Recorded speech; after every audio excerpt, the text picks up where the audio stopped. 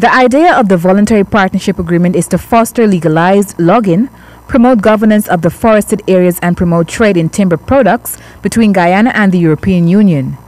Guyana and the EU began negotiating the agreement in 2012, and the object now is to implement it fully.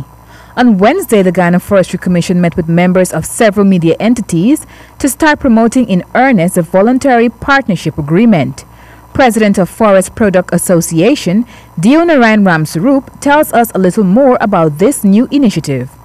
But the world is changing. The people who are buying these products are changing. They wanted to see that we produce timbers from legal and sustainable source. And this is the key.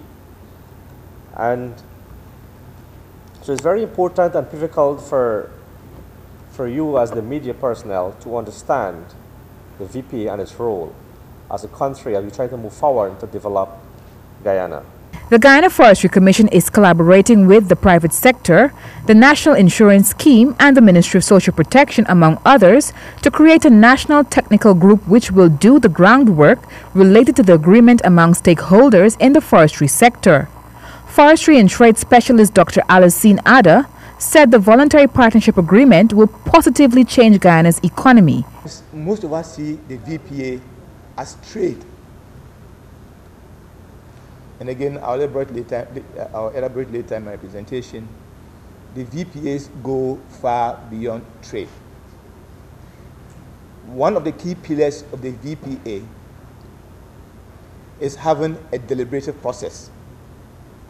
That is an internal national discussion or a process that would allow collectively for Guyana to form its decision on which elements or which issues it wants to take forward in the agreement. Head of the Forest Law Enforcement, Government and Trade, FLEGT, Kenny David, elaborates more on the VPA process. On the VPA process that Guyana has been involved in since 2009.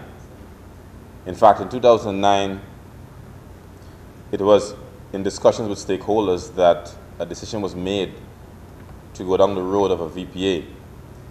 And it was important for that decision to be birthed from stakeholders because it meant that you had the support of stakeholders in going as far as this VPA needed to go. And even as we are here a few years later, there is still some work to be done.